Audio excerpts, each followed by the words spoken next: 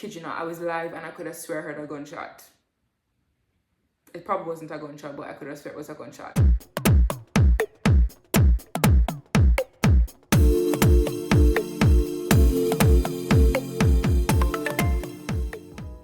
Hey guys, welcome back to my channel. So you may be wondering, what's this mad girl sitting down on the ground, almost on the ground? What is happening today? Alright people, summary real quick. I'm gonna share with you 16 travel hacks, 16 travel tips that I wish somebody taught me or shared with me when I first started traveling. And trust me, you wanna stick around for my 15th and 16th travel tip.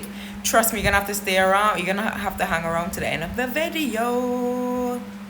Well, remember, this video that I'm recording now is the vlog, the Sunday vlog, right? And guess what's happening? So I'm sort of in a very weird place right now where I'm unpacking from my last Colombia trip. Actually, I'm unpacking from my last Colombia trip, but I also flew to Miami and DC a couple days ago, so I'm unpacking that suitcase too. But I also have to pack again because I'm about to leave. So I'm like, I got a brilliant idea, because I get so many questions about, just traveling and stuff, like how, just little things like what you should do, what you should look out for, that kind of a thing. And guys, I used to, obviously, I wasn't always traveling, and there are certain things that I wish I knew, I wish somebody told me so that I could be better prepared. So what this video is gonna be, I'm gonna just share some things with you.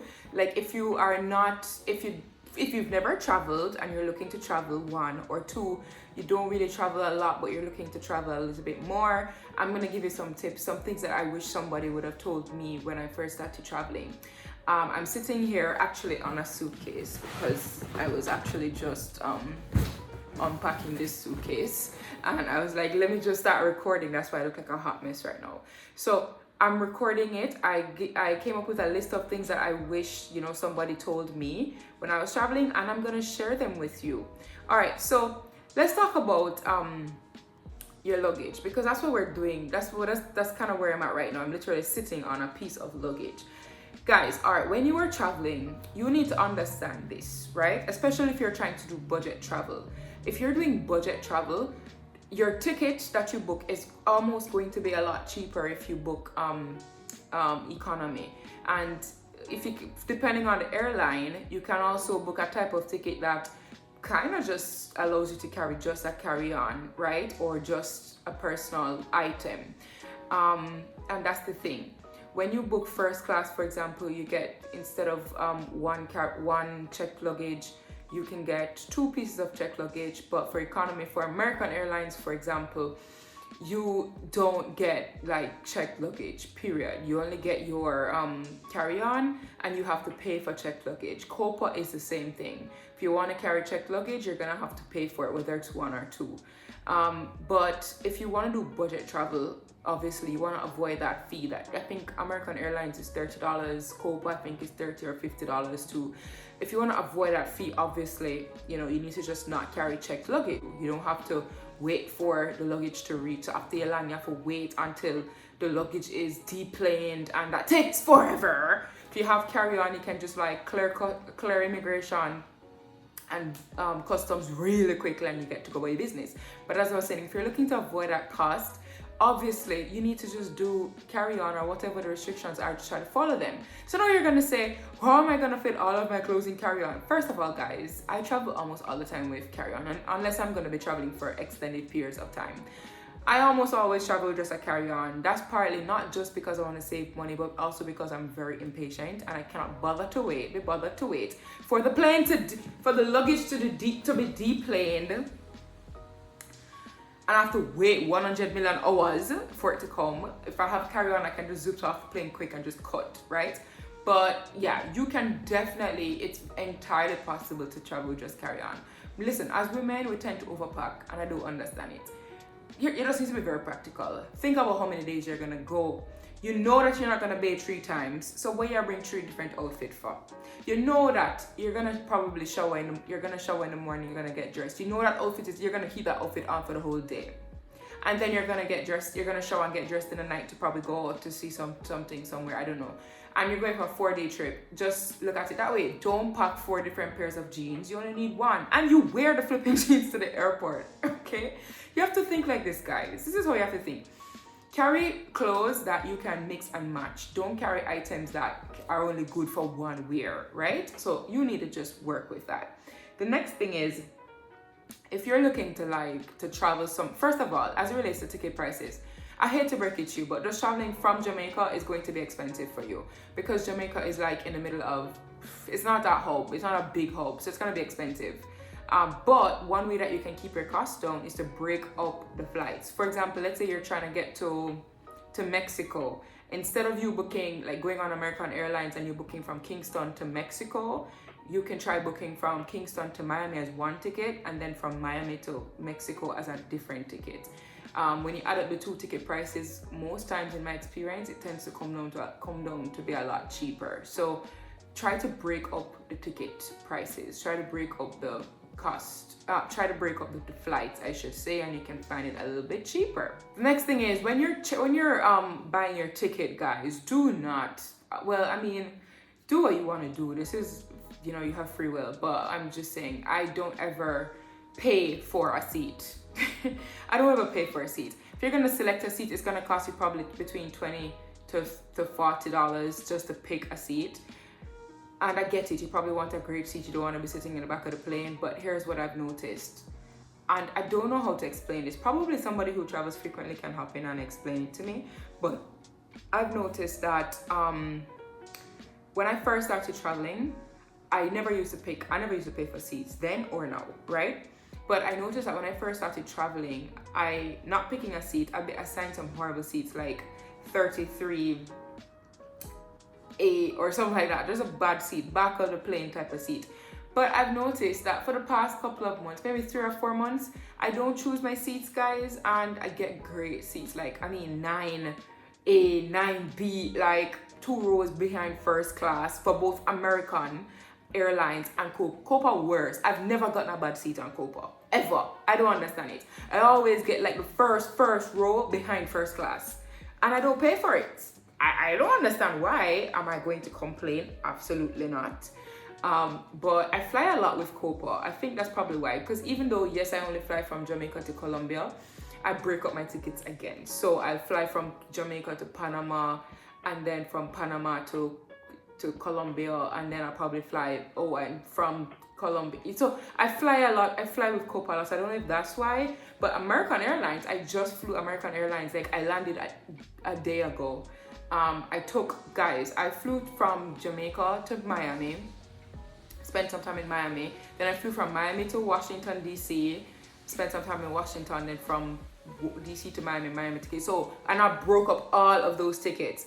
Guys, I did not get a single bad seat. I did not sit below row 13 in all of those flights.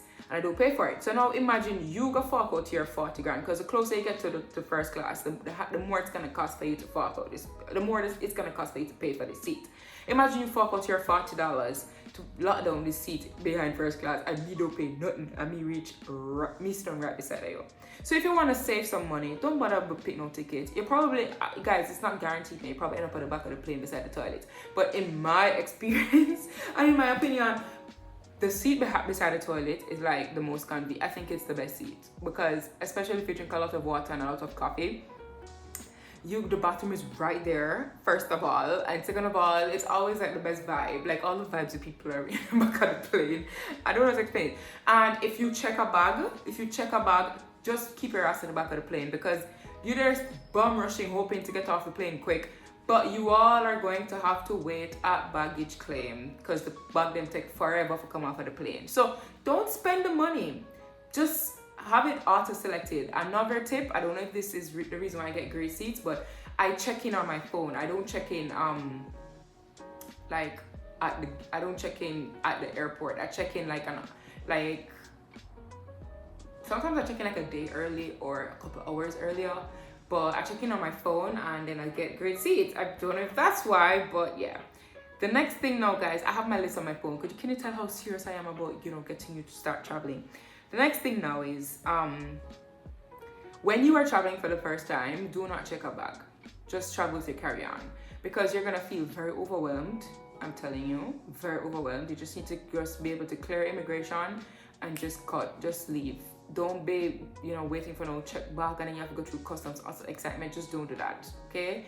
Just check back, carry on, get used to the process, and then next time you can do your check back.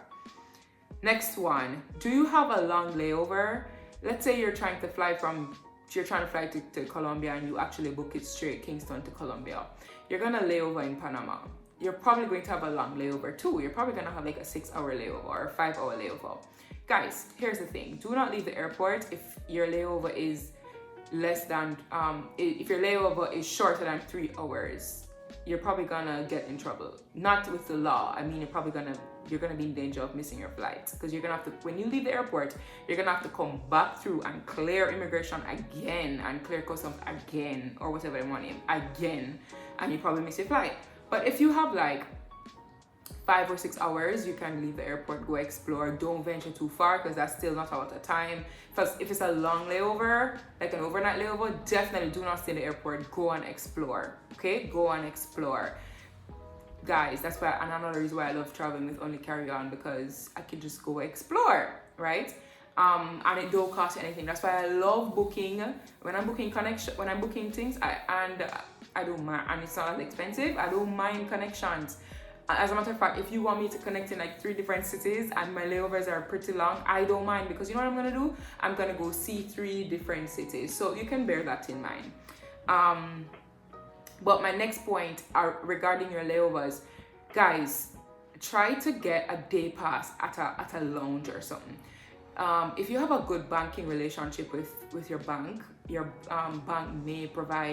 may give you your bank account, or bank card I should say, may give you the benefit of accessing lounges across the world. If you don't have that, try to get a day pass.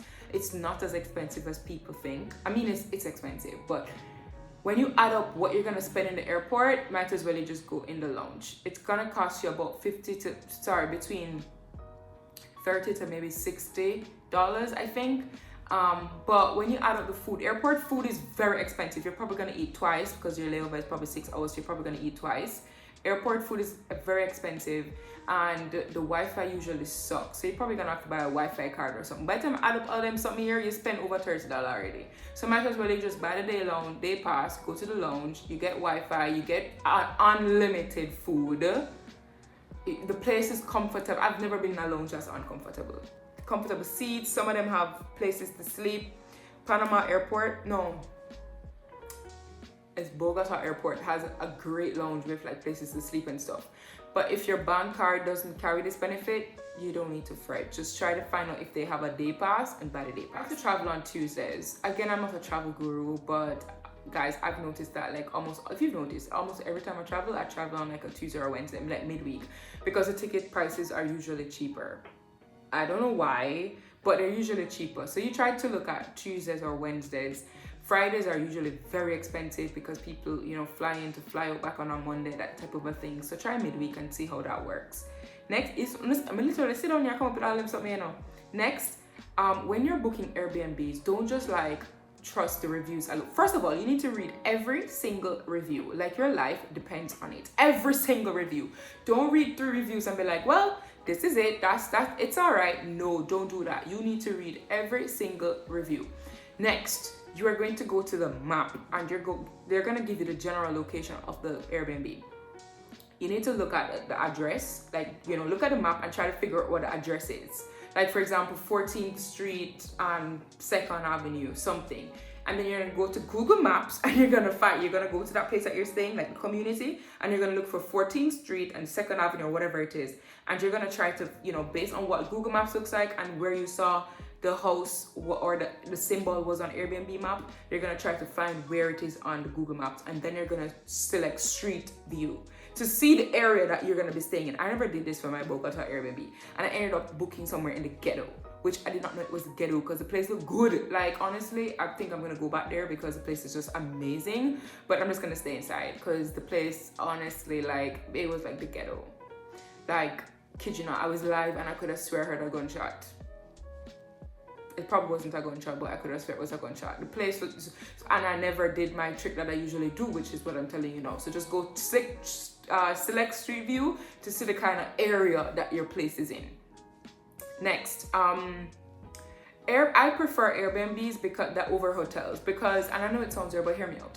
First of all, Airbnbs, you have the whole place yourself, and I feel like I work when I'm traveling, so I need to maintain some sort of structure. I don't want to be working in the same place where my bed is at, because it's just not conducive to productivity. So I prefer to have somewhere like with a living room and a bedroom or something, you know, like a kitchen or something. I just need something else than just a bed. And the next thing, but the most important reason why I prefer Airbnbs, they tend to have better Wi-Fi. Airbnbs tend to have like the Wi-Fi unit for just that unit. Hotel Wi-Fi, oh my God, in my experience, I've never been to a hotel that has good Wi-Fi, ever. So I tried to avoid it, but if you're not going for work, you can try. I prefer a hotel. I would prefer a hotel if I weren't working, because, well, everything is just like, you know, if there's something you need, you can get some help from somebody. But yeah, I prefer Airbnbs. Download Uber and Lyft. I use Lyft when I go to the US, and I use Uber when I'm traveling in South America. Why? Well, I mean, I don't want to get scammed. I don't know the culture of most of the places that I go to. I don't live in the places that I go to, except for probably Colombia. But before I went to Colombia, I didn't know anything about Colombia, and I didn't want to like trust the locals, because I didn't know, what if this is like Jamaican locals, Jamaican local taxi man them. They just hear that you have a different accent, and the price goes up by 1,000%. So I prefer to use like Uber, punch in the address, and I see what the price is. They don't care where I'm from, they don't care who I am, they don't care about my accent, and I feel like it's a lot safer. I can track where the driver is going as he is driving or she is driving, so I know that I'm not being kidnapped. Right? I don't have that facility if I were to take a local cab. So download Uber and Lyft, right? It can really help you. Next, get a SIM card. No matter where you're going, get a SIM card. It's not as hard or difficult as you think it is, because I thought it was difficult before I started traveling. But like in the US, you just go up to, I have T-Mobile, just go up to T-Mobile, tell them that you want a SIM, and you buy it, and they give you a SIM with a number and everything. Same thing with Colombia. I have so many different SIMs for Colombia. Same thing with Panama, right? So just get a SIM. You need a SIM because it's gonna give you internet access, which you need access. You need internet access while you're traveling. I feel like that's so much safer. This next tip is very important. You need to notify your bank that you will be traveling, because if you don't do that, if they don't put a travel notice on your account, when you try to use your credit card overseas, they're gonna block the transactions because they're assuming it's scam or fraud. So you need to notify them where you're traveling, when you're leaving Jamaica, when you'll be arriving in these places, and when you'll be leaving. They need to know this. It's gonna be hard for you to tell them after you've left the island, because you won't be able to call them like that, because your number won't work. 1, 2, they say email them, but in my experience, it's notoriously difficult. So just remember to notify them before you leave. Next, so if you want to drive to the airport, I drive to the airport almost every time I travel, and it's not the most economical. I'm gonna be the first to tell you, but hey, listen, I don't like to inconvenience people, and I don't like waiting, and I'm okay with paying to not have to do that. So here's the thing: you can drive to the airport and you park in the car park. They're gonna give you a ticket, and you are charged for how long your vehicle stays at the airport. So what I do, if I'm gonna take short trips, like, let me give you an example. If you're traveling for 4 days, it's gonna cost you about $2,000, $3,000, $2,000, maybe $2,500 for 4 days. If you're traveling for like a week, probably like $5,000, about that. I'm okay for paying with that, because I don't want to wait when I land back in Jamaica. I don't want to wait for nobody to pick me up, and I don't want to inconvenience anybody. So you just do that. Now you can pay by card. I did not know that. You can pay by card. I learned this like just the other day. If you're gonna travel for long periods of time, what I ended up doing, I drove when I was going to Colombia. I was in Colombia for like months. That time I drove, and I was prepared to pay. I knew it was gonna murder me, but I was prepared to pay it. But me and my brother came up with a plan. After I landed in Colombia, he went to pick up I took a picture of the ticket, and he presented it to the machine, and it accepted the picture, and he just paid for it and collected my van. So that was great. Still had my convenience. I didn't have to pay a lot. Next, there's this beautiful website called, all right, so first of all, there's this thing called skiplagging. Skiplagging, if you're traveling to the state or within the states, this is what I do almost all the time.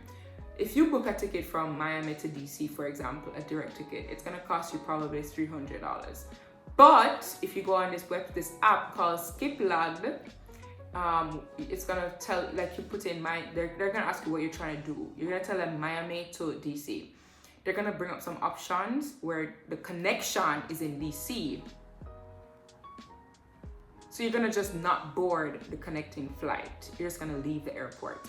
So for example, it may tell you that you need to book a ticket from Miami to Buffalo, New York. Now, yes, you're not going to Buffalo, New York, but the connection is in DC. So what you're gonna do is when you fly from Miami to DC, instead of you boarding the aircraft in DC to go to Buffalo, you just leave the airport at DC and just don't board the flight. And yes, it sounds like you're wasting a flight and you're wasting money, but it works out cheaper. Check it out. Next, and this is my last tip. This is just something that I do. Start a bank account and get an associated credit card just for traveling. For me, it's a lot safer in terms of fraud, and secondly, there's like a limit on there. So I can swipe and not like swipe away all my money. Do you understand? So if you put a limit on there, once it hits the limit, it's just gonna decline. And I mean, some people are a little bit anxious and scared to hear that their card is declining. Me, first of all, I know that I'm not broke. I know that. So if my card declines, you know what I'll do? I'll be like, oh crap, I probably have reached my spending limit. All right, use this card. But what's gonna happen is when I get back to where I'm gonna go, I'm gonna evaluate that travel bank account, and be like, okay, this expense, yeah, justified, expected, blah, blah, blah.